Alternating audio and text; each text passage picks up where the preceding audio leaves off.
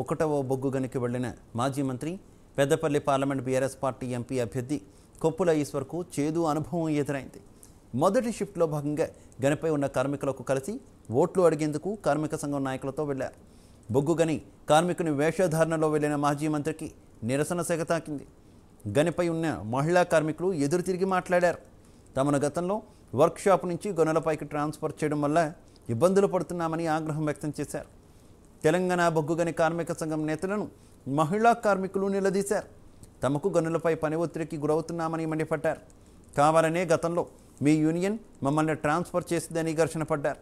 దీంతో కొద్దిసేపు కొప్పులతో పాటు కార్మిక సంఘం నాయకులతో వాగ్వాదం జరిగింది.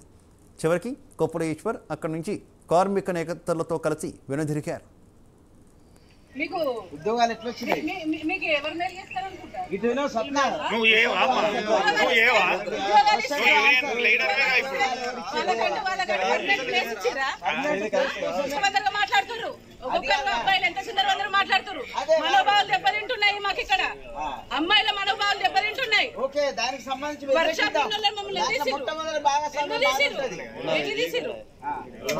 భాగస్వామ్యం ఉంటుందా?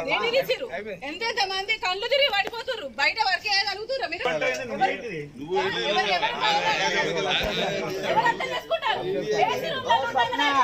స్వప్నమ్మా, అయిపోతుందా? ఎవరు ఎవరికి తెచ్చిర్రు ఉద్యోగాలు? ఎందుకు ఇచ్చిర్రు? నువ్వు ఎట్లా వచ్చిర్రు? ఏమేర్పడుతుంది? మీకు ఏమేర్పెడుతుందండి? ఫ్యాన్ల కింద కూర్చోండి. మీరు 40 సంవత్సరాల కార్మికులు తిరుగుతాడు. కానీ మీ కుటుంబ సభ్యులు పేర్లు చెప్పుకొని బయట ఉంటారు. మీకు ఉద్యోగాలు ఎట్లా వచ్చినాయి? మీకు ఎవరు మేలు చేస్తారనుకుంటా? ఇటునో స్వప్న వాళ్ళకంటూ పర్మనెంట్ ప్లేస్ ఇచ్చిరా? అందరూ మాట్లాడుతున్నారు. ఒక్కొక్కరు అబ్బాయిలు ఎంత సుందరం అందరూ మాట్లాడుతున్నారు. మనోభావాలు దెబ్బతింటున్నాయి. మాకు ఇక్కడ